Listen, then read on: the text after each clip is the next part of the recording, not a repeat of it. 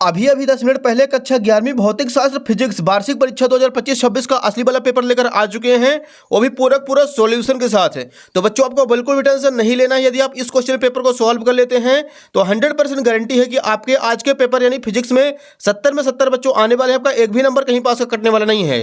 तो चलिए बच्चों बिना टाइम वेस्ट किए सबसे पहले आप देख लीजिए पेपर का फ्रंट पेज आपका कुछ इस टाइप का होने वाला है।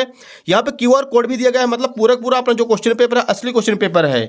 यहाँ पे देखिए बच्चों क्वेश्चन नंबर फर्स्ट हमारे सामने दिया गया है, सही विकल्प का चयन कीजिए। पहला नंबर है, एक व्यक्ति अपनी यात्रा की आधी दूरी V1 चाल से तथा शेष आधी दूरी V2 चाल से चलता है तो उसकी औसत चाल होगी। इसका आंसर करेंगे option number B, V = 2 × V1 V2 / V1 + V2। Question number second, यदि किसी वस्तु को ऊर्ध्वाधर ऊपर की ओर वेग u से फेंका जाता है तो उड्डयन काल होगा। इसका आंसर करेंगे ऑप्शन नंबर बी, 2u/g। तीसरा प्रश्न है, यदि किसी स्प्रिंग को L दूरी तक खींचा जाता है तो उसमें संचित स्थितिज ऊर्जा 10 जूल बढ़ती है। यदि स्प्रिंग को L दूरी तक और खींचा जाए तो उसकी स्थितिज ऊर्जा कितनी और बढ़ेगी। इसका आंसर करना है ऑप्शन नंबर ए, 30 जूल। चौथा प्रश्न, पिंड की गतिज ऊर्जा K एवं रेखीय संवेग P में संबंध लिखिए। तो इसका आंसर हो जाएगा option number D, K = P² 2m। पांचवा प्रश्न है, निम्नलिखित में असत्य संबंध लिखिए। इसका आंसर करेंगे option number C, L = I α। छठवां क्वेश्चन है, पृथ्वी की सतह से पलायन वेग का मान पिंड के द्रव्यमान m पर किस प्रकार निर्भर करता है। इसका आंसर हो जाएगा option number A, V proportional m⁻0।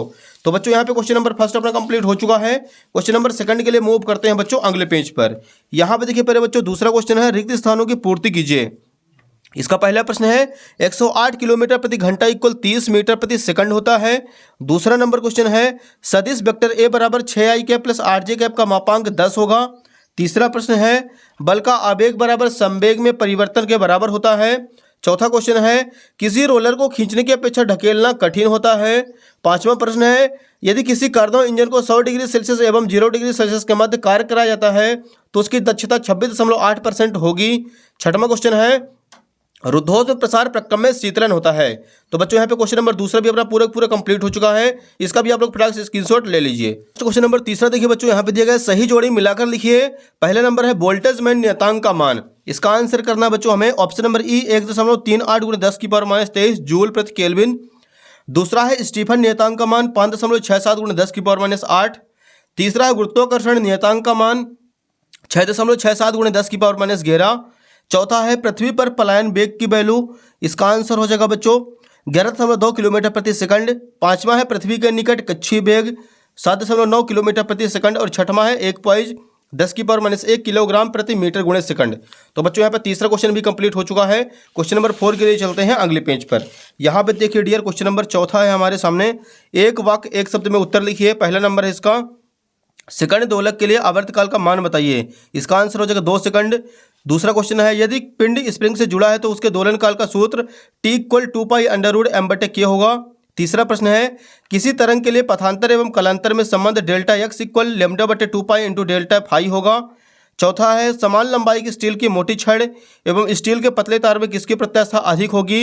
इसका आंसर करना है दोनों पदार्थ की समान होगी। पांचवा है, पदार्थ के क्षेत्रीय प्रसार गुणांक बीटा एवं आयतन प्रसार गुणांक गामा में संबंध लिखिए। इसका आंसर हो जाएगा बच्चों गामा = 3/2 बीटा। तो बच्चों यहाँ पे क्वेश्चन नंबर चौथा भी अपना पूरा कंप्लीट हो चुका है। इसका भी आप लोग स्क्रीनशॉट ले लीजिए।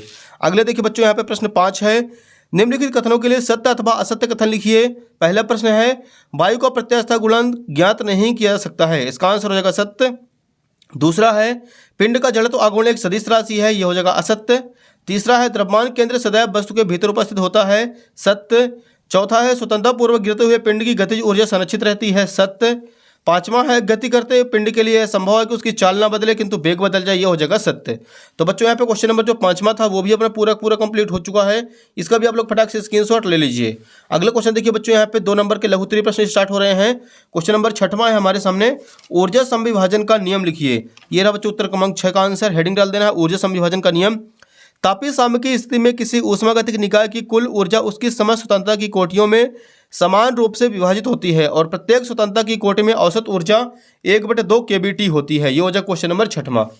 अगले देखिए बच्चों, क्वेश्चन नंबर 7वां है हमारे सामने, ऊष्मागतिकी का 16वां नियम लिखिए। तो ये रहा बच्चों 7वें का आंसर। इस नियम के अनुसार यदि 2 निकाय किसी तीसरे निकाय के साथ पृथक पृथक तापीय साम्य में है तो आपस में भी तापीय साम्य में होते हैं। अगले क्वेश्चन के लिए मूव करते हैं बच्चों अगले पेज पर। यहाँ पे देखिए बच्चों क्वेश्चन नंबर 8वां है हमारे सामने, दरवाजों के हैंडल कब्जे से दूर होते हैं क्यों। ये रहा बच्चों 8वें का आंसर आपको लिख लेना है। दरवाजे के हैंडल को कब्जे से दूर लगाया जाता है ताकि कम बल लगाकर भी दरवाजा आसानी से खोला जा सके। दरवाजे के हैंडल को कब्जे से दूर लगाने की वजह यह है कि इसमें कम बाला घूर्ण का मान बढ़ जाता है। ये हो जाएगा question number 8 complete. Question number 9 देखिए डियर, जो कि न्यूमेरिकल क्वेश्चन है। विराम में स्थित 10 किलोग्राम की वस्तु पर लगे बल की गणना कीजिए जो 2 सेकंड में उसका वेग 8 मीटर प्रति सेकंड बढ़ा दे। ये रहा बच्चों क्वेश्चन नंबर 9 का आंसर। इसका आप लोग आंसर याद कर लीजिएगा, 40 न्यूटन आएगा। क्वेश्चन नंबर 10वां देखिए डियर, सर्पी घर्षण एवं बेलन घर्षण में अंतर लिखिए। तो ये रहा है सर्पी घर्षण और दूसरे साइड बेलन घर्षण। पहला पॉइंट लिखेंगे, जब एक वस्तु दूसरे वस्तु के ऊपर फिसलती है तो उनके संपर्क तलों के मध्य कार्य करने वाले घर्षण को सर्पी घर्षण कहते हैं। जब एक वस्तु दूसरी वस्तु के ऊपर लुढ़कती है या घूमती है तो उनके संपर्क तलों के मध्य कार्य करने वाले घर्षण को लोटनी घर्षण कहते हैं। सेकंड पॉइंट, सर्पी घर्षण का मान लोटनी घर्षण की तुलना में बहुत अधिक होता है, लोटनी घर्षण का मान सर्पी घर्षण की तुलना में बहुत ही कम होता है। तो ये हो जाएगा बच्चों क्वेश्चन नंबर 10 का आंसर। इसका आप लोग स्क्रीनशॉट फटाक से ले लीजिए। नेक्स्ट देखिए बच्चों क्वेश्चन नंबर 11 है, एक वस्तु 78.4 मीटर ऊंचे शिखर से स्वतंत्रतापूर्वक गिर रही है, वस्तु द्वारा दूसरे सेकंड में चलेगी दूरी ज्ञात कीजिए। ये रहा बच्चों क्वेश्चन नंबर 11 का आंसर। इसका राइट आंसर आएगा 14.7 मीटर। क्वेश्चन नंबर 12वां है, सार्थक अंकों की संख्या बताइए। तो ये रहा बच्चों क्वेश्चन नंबर 12। पहला नंबर है 0.023, इसमें 2 हो जाएंगे सार्थक अंक। दूसरा है 34.70, इसमें सार्थक अंक संख्या हो जाएगी 4। ये क्वेश्चन नंबर 12 भी कंप्लीट। अगला देखिए बच्चों अगले पेज पर दिया गया है क्वेश्चन नंबर 13, सिद्ध कीजिए कि शक्ति बराबर बल गुणे वेग होता है, अथवा इसका दिया गया है नियत बल के लिए कार्य ऊर्जा प्रमेय लिखिए एवं सिद्ध कीजिए। ये रहा बच्चों 13 नंबर का आंसर। सबसे पहले आपको हेडिंग डाल देना कार्य ऊर्जा प्रमेय।